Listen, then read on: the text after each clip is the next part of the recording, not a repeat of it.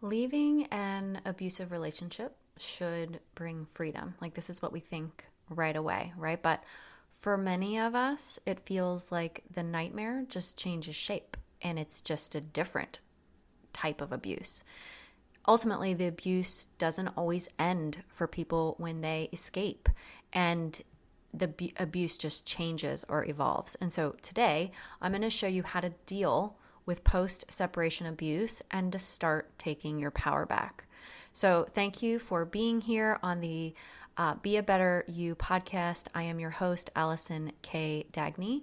I am an emotional abuse recovery coach. I am trauma informed. I am a best-selling author, and I am here to help you be the best version of you that you can. Now, in today's episode, we're going to cover some real life examples of post-separation abuse. And I'm going to include details of why abusers continue their behavior past the separation, the harm that it causes you and your children if you have children, and the steps to start reclaiming control and protecting yourself. Now, I've been through this myself, and I've been dragged into court multiple times for the exact same issue by my ex. When the judge told him no, he tried it a different way. And this happened multiple times. It felt relentless. And for a long time, I didn't actually think it would ever stop. I just thought it was just going to be this way forever and ever. And that story and more is going to be detailed in my upcoming book coming out February 2025 this year. So stay tuned for that. Now, let's dive into some examples of post-separation abuse and what that actually looked like. So one of the things that I found to be extremely common, not only for me, but for a lot of people who I've worked with and people in the emotional abuse recovery world, is that they will lie to the kids about you. Telling them things like, your mom doesn't care about you, your mom doesn't love you, she's just doing this to hurt me. My ex actually told the kids, it's a shame that your mom hates me more than she loves you. And my kids have actually told me this, or I've seen it in text messages that was sent to my children. Now, the main thing here is that it really impacts the children, right? I mean, you might feel triggered by that initially, but the kids are going to feel really confused, extremely divided, and unsure who to trust. And so that's why it's really important for us as the safe parent to make sure that our children fully understand and know, based on our actions, that we do absolutely love and care about them, okay? So that's one of the things. Another one is smear campaigns. So if you're not familiar with smear campaigns, this is something where the abuser will just go on this like rampage, telling anyone who they can, posting it on social media, that you cheated or that you ruined the family or that you are crazy, saying all kinds of lies and things about you. And they'll just take it as far as they need to. The impact that this has is not only that you may lose friends, you may lose family members, people might distance themselves from you, and then you end up feeling really isolated. So we can't really do a whole lot about smear campaigns and what the abuser is going to be telling our children and telling other people. Like, we often can't do a whole lot about that, but it can create a lot of frustration and anger and sadness that they would go about this to try to tear you down so harshly. And the thing that I want you to be aware of for this is that we have to be okay inside of ourselves, even when other people do this, even when other people are lying about us and going about the town and social media, just purposefully trying to tear down your reputation. And again, there is an impact, right? There certainly is. But this is something that many of us as survivors of abuse will have to deal with once we escape, right? Because the abuser is angry and they're going to do whatever they can to make you look like the bad guy so that they look like the good guy. Shine the light on you so that no one actually thinks that they did anything wrong. Another thing I've seen a lot is repeated harassment, right? Like texting you or calling you multiple times, like 30 times an hour or whatever, however many times, and then accusing you of being unresponsive. Like you don't care, you won't respond. Do you even care about our children? And a lot of times these types of text messages, and I'm going to get into this in a little bit later, but some of these things are intentionally designed to trigger you into responding, right? So if you don't have to actually respond, then you don't actually need to. But a lot of times they're going to try to bait you into things like, do you even care about our children? What else could you possibly be doing that's more important than this? Do you understand what you did to me and how bad you hurt our family? And this is all your fault, right? Like, so they're going to do these kinds of things to get a reaction out of you so that you respond, so that you defend yourself, so that they can keep you engaged in conversation. So a lot of times if you don't respond, they'll just keep going. And that can be extremely stressful, bring about a lot of anxiety if your phone keeps dinging, if your text messages keep flooding in, right? And let's say you can't block this person. Like some people say, well, just block them. Well, if you share children, you can't do that, right? Or maybe you're have a shared business with them and you can't block them, right? So it's not just as easy as blocking someone, right? Now, I was able to secure a court order to have the judge put in place that we use our family wizard. So my ex cannot text me. That is the rule. I'm not texting him. He is not texting me. All of our communication is held in this court-ordered app.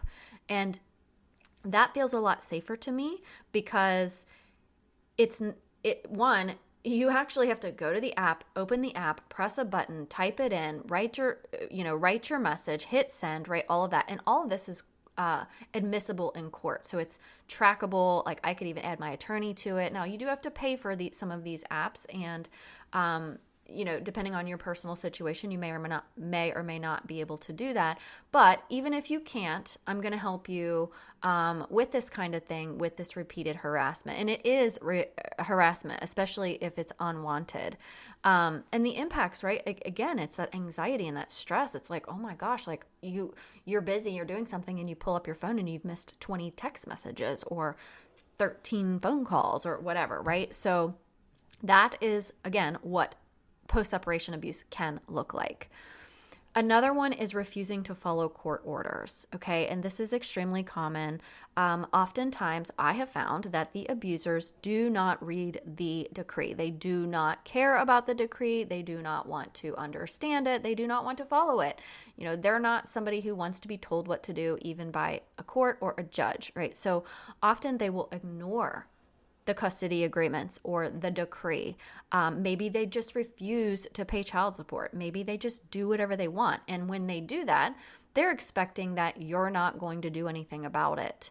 And the impact here, again, is not only are you going to feel stressed out because they're not following the rules, but you're going to maybe feel financial stress, right? Because you might have to reach out to your attorney or you might need to get some legal intervention to help you so that this person actually follows the rules. Now, again, they may or may not do it, but the important part for you is to know the rules. You need to know that decree inside and out. You need to know those court orders like the back of your hand. This is so absolutely key because if you don't know it and they're obviously not doing anything to make sure that they're following it, it's going to be on you to track all the times that they go against the decree. It's going to be up to you to make sure that you are paying attention, okay? Another thing is maybe you've heard of this phrase, the weaponized stepmom, or weaponizing a new partner. And so this is like when the abuser gets involved with someone new and they tell that person all the horrible things that you did to them. They cry about it. They get that person to believe that you really truly are the bad guy and that they have done nothing wrong.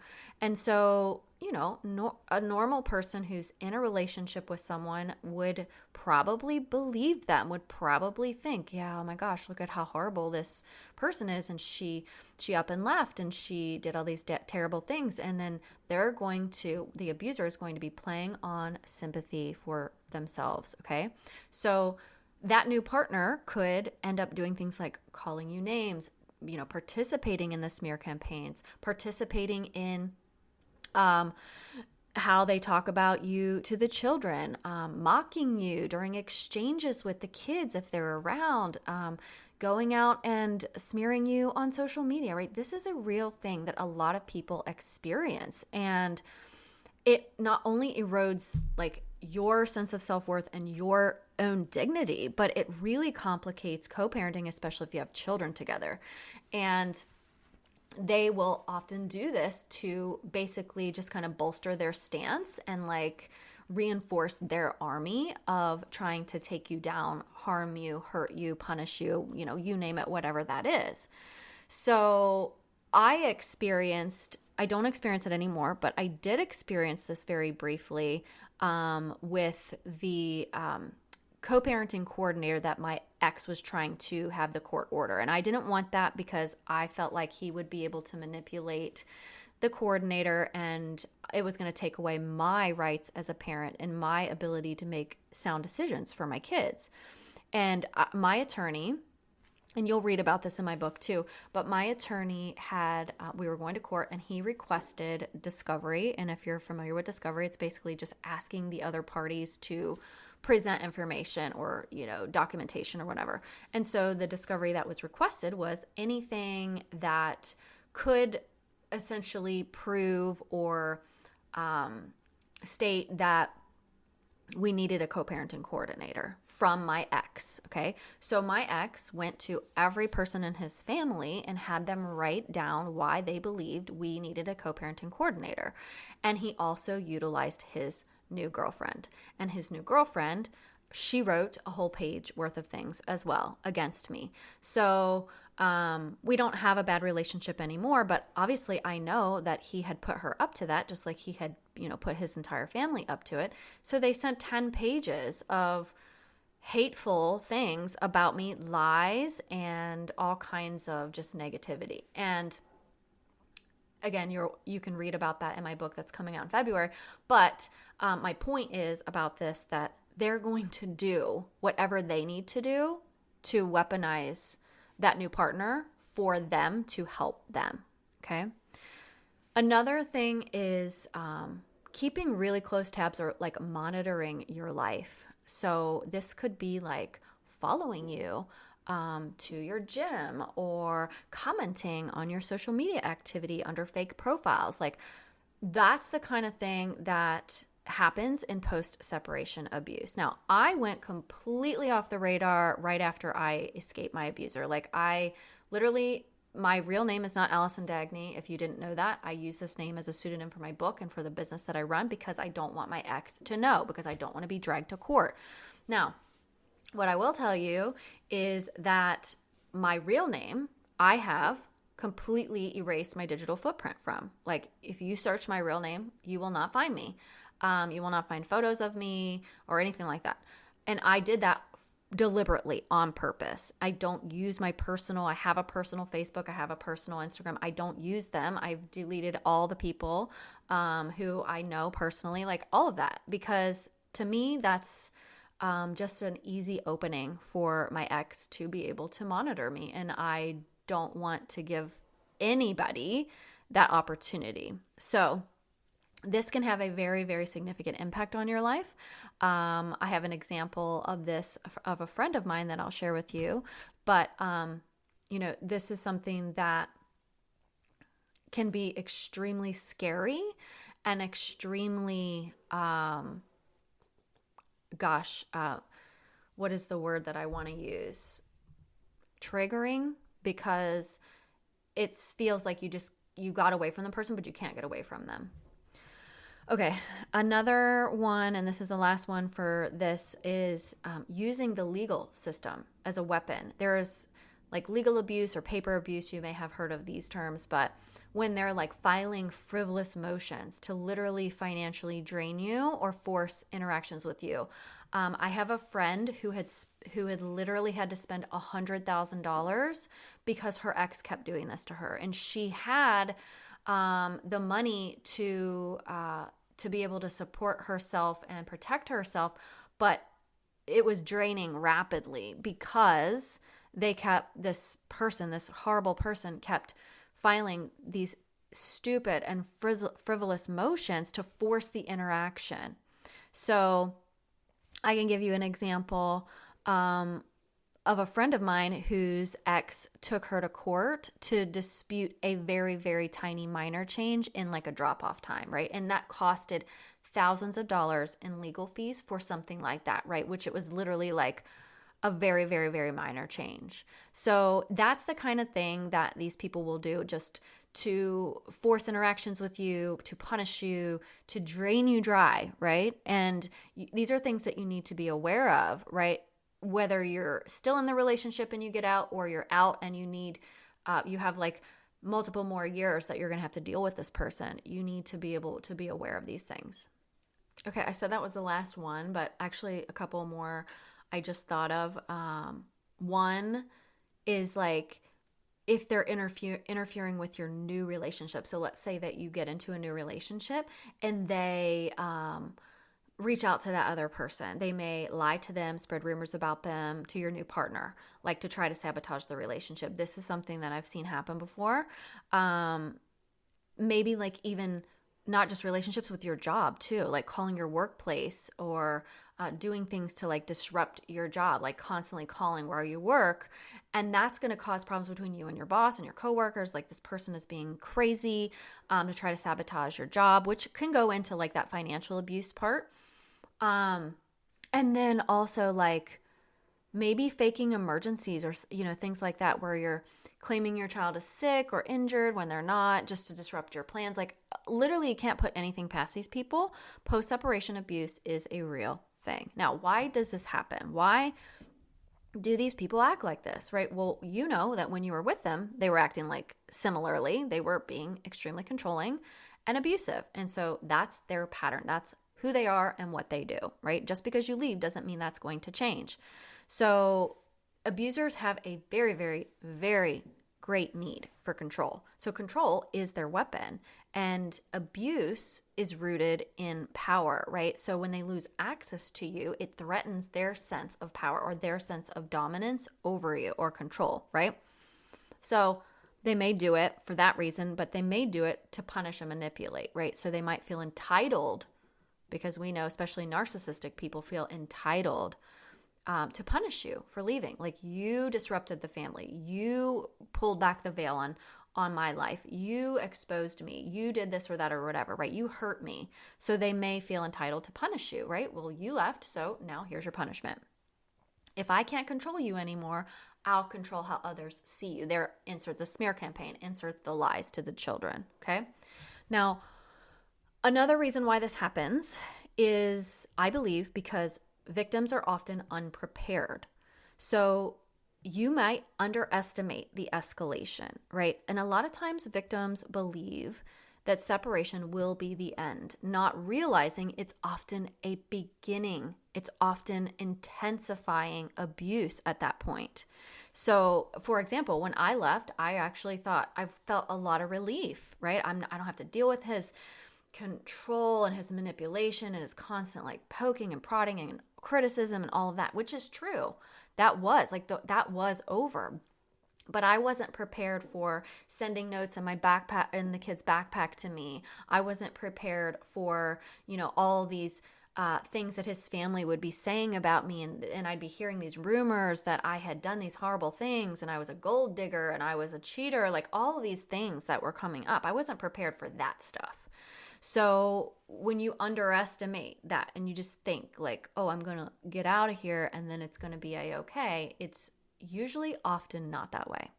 So that is something to be very, very aware of. Another thing is not having support.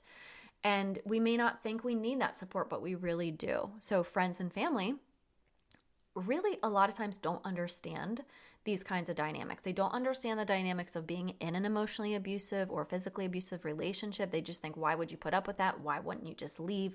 And it's so much more complex and so much more nuanced than that, than people realize, especially if they've never been through it. And so they don't understand that, but they also don't understand how post-separation abuse actually occurs. Like, well, how could that be worse than being in the relationship with the person, right? So if you don't have that support of people who really get it and understand, it can feel really alone. It can make you feel very, very, very lonely and isolated. And maybe like a lack of legal support if you don't have the funds to take care of your legal issues, for someone to help you, and then like community resources, right? Like if you don't have that. So now there are lots and lots of community resources out there. So I would definitely encourage you, if you don't have, supportive friends and family, then there are definitely communities of people who can support you. A lot of them are free. Some of them are Facebook. Some of them are minimal payments, like that sort of thing. But that's really, really very important to help you when you are experiencing this kind of thing. And another thing that sometimes people often overlook is after escaping, after ending the actual like active abuse within the relationship, victims are often feeling like too drained or emotionally exhausted to actually fight back effectively, right? So it's like you've already been through this marathon, you've already run 26 miles, and you're like, okay, I'm done now. And now all of a sudden they're going to ask you to run another 26 miles. And you're like, I can't. Like, what do you mean? And that's often how abuse victims feel, because you've already been through the ringer, just like if you had run 26-mile marathon, and then you're expected to just pick right back up and do it again, which is really, really, really hard to face. Now, I do want to mention the harmful effects of this, because this is important for you to recognize and understand so that you can change this, because you absolutely can change it, right? You are not destined to be feeling scared, feeling powerless, feeling sad, feeling all these horrible emotions. You're not destined for that. But it can have an emotional toll on you, because this constant stress leads to things like anxiety, depression, burnout, right? Like, what this feels like if you've experienced it. So you could be feeling like anything you do, you're walking on eggshells. Like, how do I respond to this text message that was just sent to me? And you have to, think through it, type it out, retype it out, send it to 5 friends, see what they think, get an opinion, check with your lawyer, right? Like, it's like that constant, like, walking on eggshells, because you are so afraid, and you're so afraid because you are also exhausted and burnt out and full of anxiety.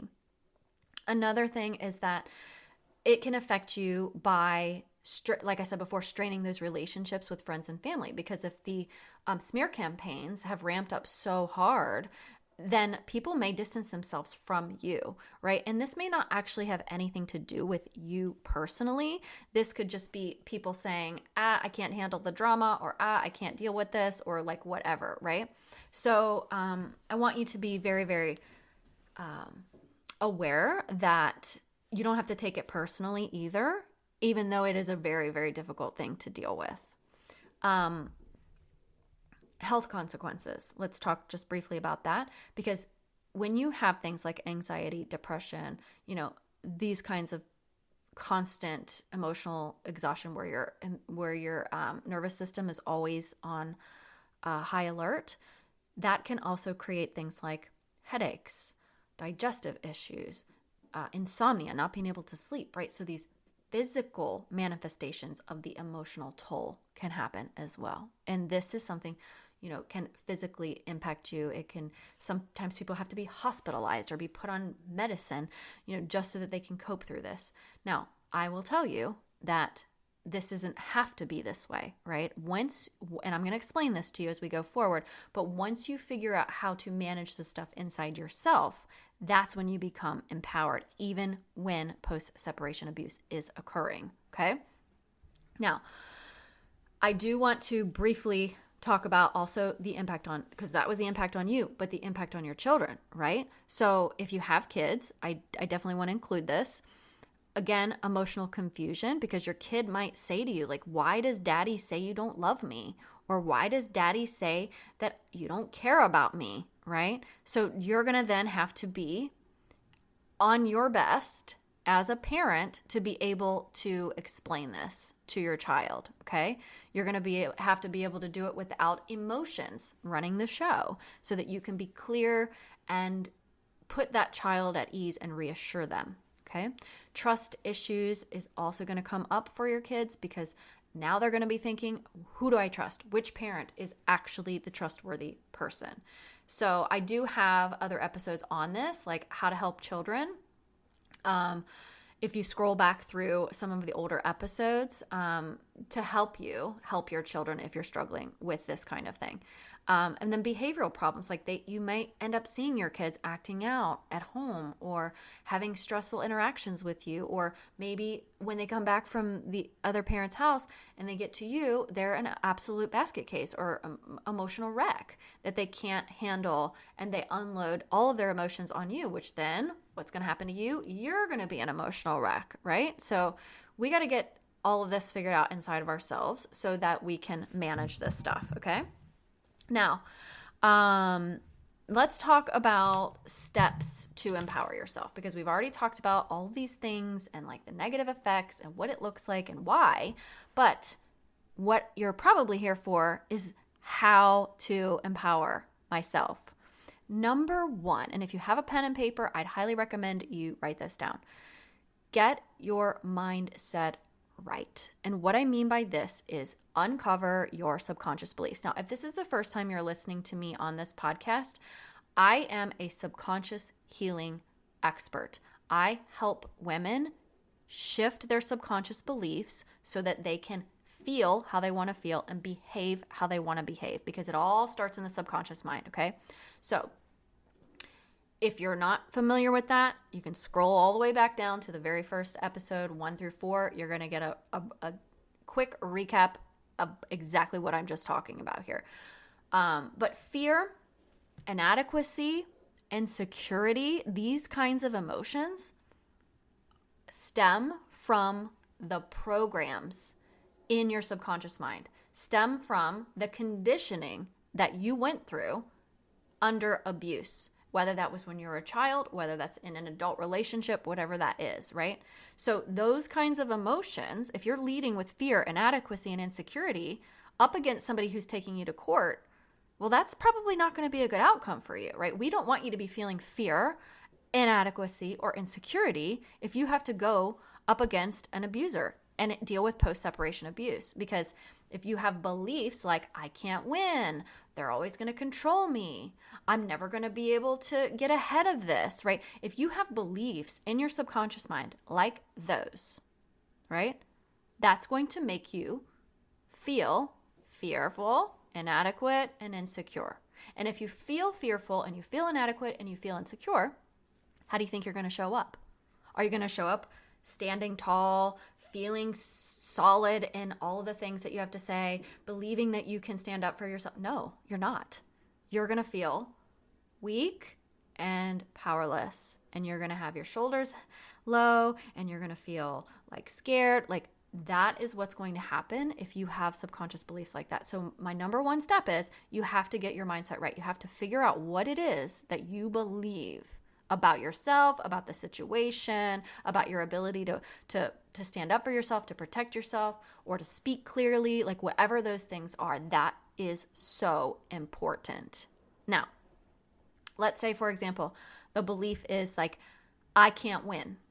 Okay, if you have that belief, you're going to show up in a way that proves that, okay? You are not going to show up in a way, like, think about it. If you've ever had, like, for instance, a deep belief that you could do something. Like, I remember when I decided I was going to write my first book, I just knew I was going to write it. I just had this deep, deep belief, like, I'm going to write this book, and I'm not going to be a person who says I could write a book and then just never does it. Like, I believed on a really, really deep level I could do it. So think about a time when you believed something like, oh, I believe that I can do X, Y, or Z. I believe that I can, and it doesn't have to be anything big, right? It can just be something very, very small. But when you believed that you could do it, you did it, right? But if you believe the opposite, that you can't, then obviously you're going to show up very, very differently. Okay. So if you're saying, I can't win,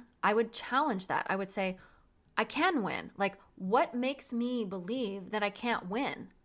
Oh, well, I can't speak clearly. Oh, well, they're smarter than me. Oh, well, I'm not quick enough on my feet, right? Whatever those things are that make you believe that you can't win, those things have to be challenged too. So it's not just like that very surface thing saying, oh, I can win, because your brain's not going to get on board. Your brain's going to be like, what are you talking about? Right? So we have to dig deeper. We have to get to those. It's like an onion. You got to peel back the layers. Okay. And this is what I do with my clients all the time to help them get to the root of it. Right? Because then when you get to the root of it, you're like, wait, I can speak clearly. I remember when I had to do that when I was in college and I had to go to the dean, and my professor was trying to give me a 0 for the class because the 2 people in the group with me plagiarized our entire paper, and I had no idea, right? So wait a minute. I went to the dean of the school and I expressed myself clearly. I can do that. And you start to show your mind that, wait a second, this is possible for me, okay? You can use affirmations, but affirmations, and I have an episode on this, do not work unless you're speaking the language of the subconscious mind. So if you just say, I can win, I can win, I can win, you're wasting your time. It's literally a waste of your time, okay? Here's something that you can do to practice this. So write down the fears and then list evidence against them. For example, if your fear is they're going to take the kids away, right? Let's say people really have this deep fear. They're going to take the kids away. What is evidence against that, right? I have full custody. I follow the court orders.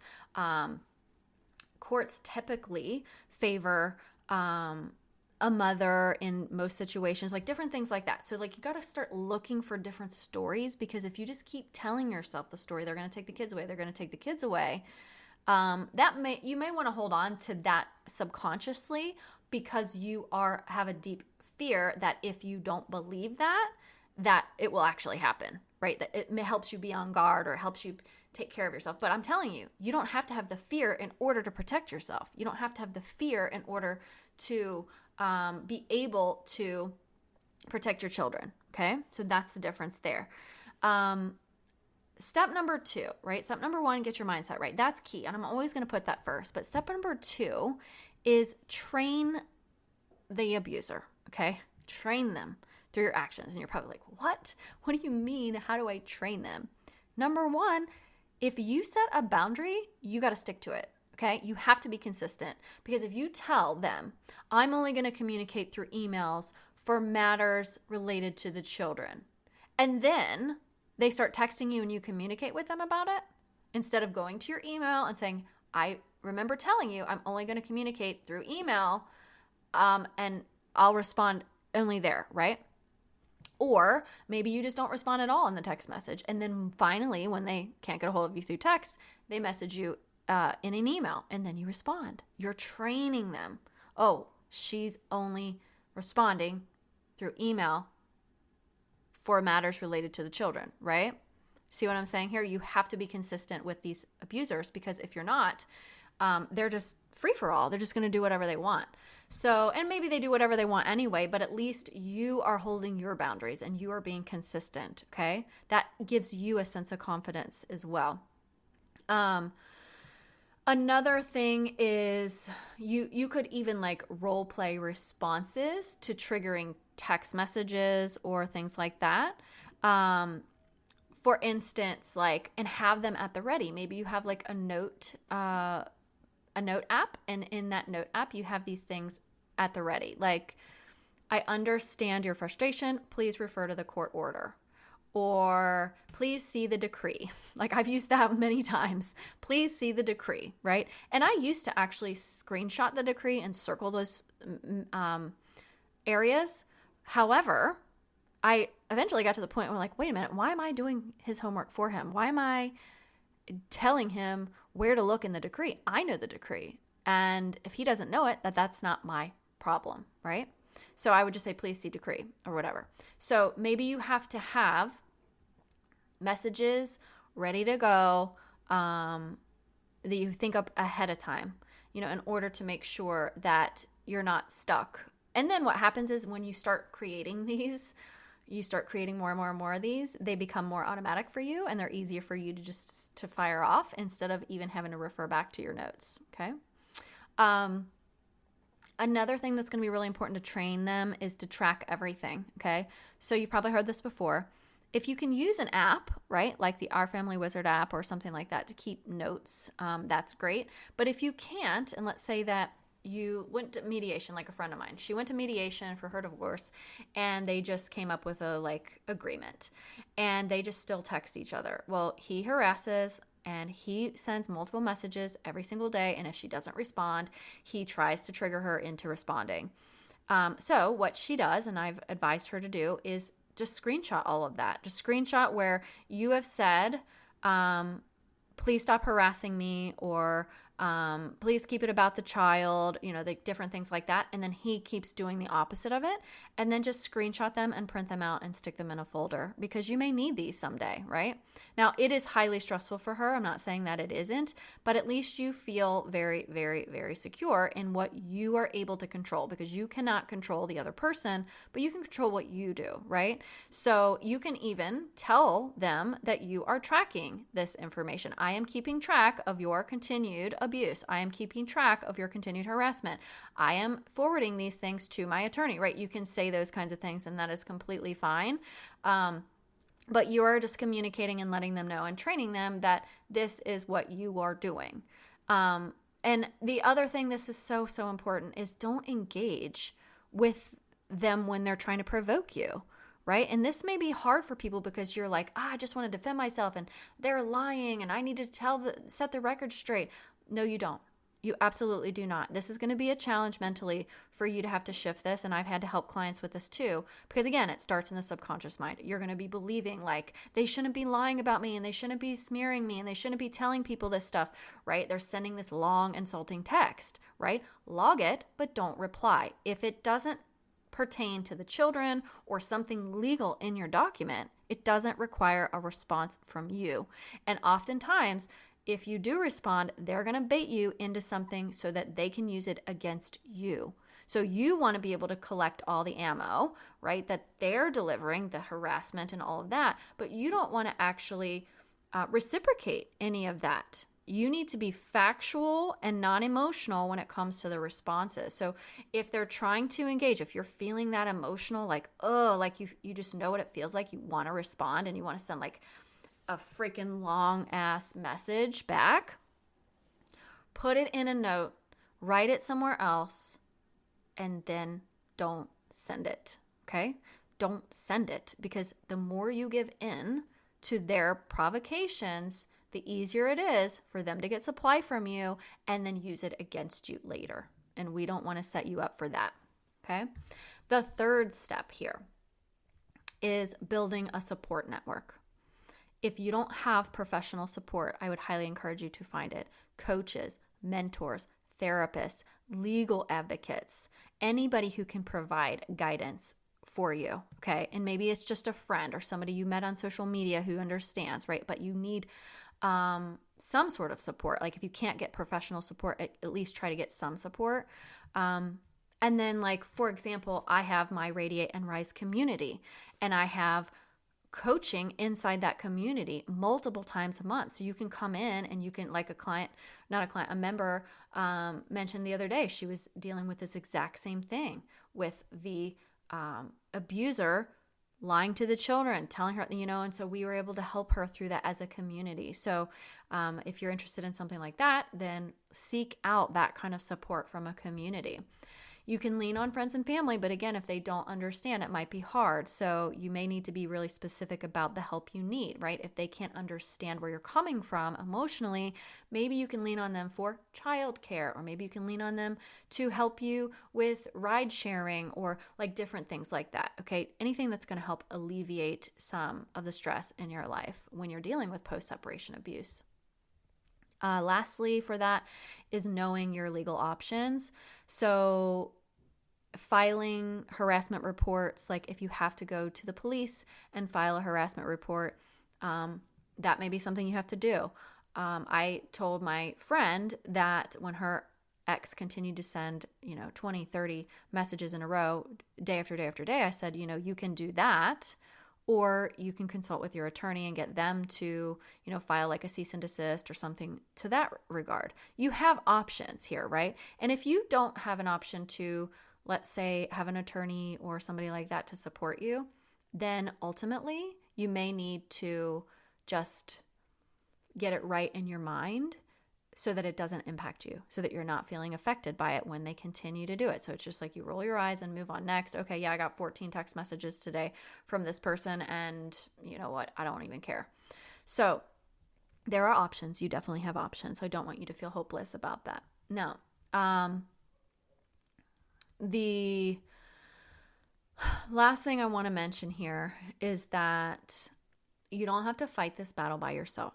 When you're dealing with post-separation abuse, I know it often feels that way, especially if you've been isolated, you have a smear campaign happening, your kids are, bringing things back to you. It's awful. It's exhausting. I get it, right? But there is hope, and there are steps you can take to protect your peace and move forward, especially starting with your own mind inside of you.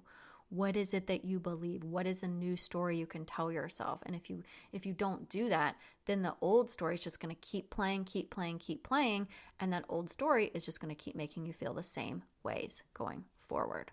Now, if this episode resonated with you, I share even more personal stories and strategies like this in my new book coming in February. So keep an eye out for that. And it's a guide to basically reclaiming your life during and after abuse. It's called Radiate and Rise, Discovering Peace and Power During and After Abuse. So it's sort of a follow-up to my first book, When Tears Leave Scars, but you don't have had to read When Tears Leave Scars in order to understand or get the gist of this second book. So I would love for you to reach out to me on Instagram or Facebook and share your personal experience if you've gone through post-separation abuse. Maybe I'll feature you or your story in a future episode. Obviously, names not included, and I will keep that on anonymous. But you can tell me, what kind of things that you're dealing with, and then maybe I can even help you work on a solution. I just want to thank you so much for listening to this podcast and sharing it with other people. If you have, a couple minutes to scroll down a little bit and hit the stars or write a review on my podcast or share it on your stories or share it with someone the more we can get the word out, the better everybody is going to be able to heal and become the best versions of themselves that they can. So thanks again for being here, and I'll talk to you next week.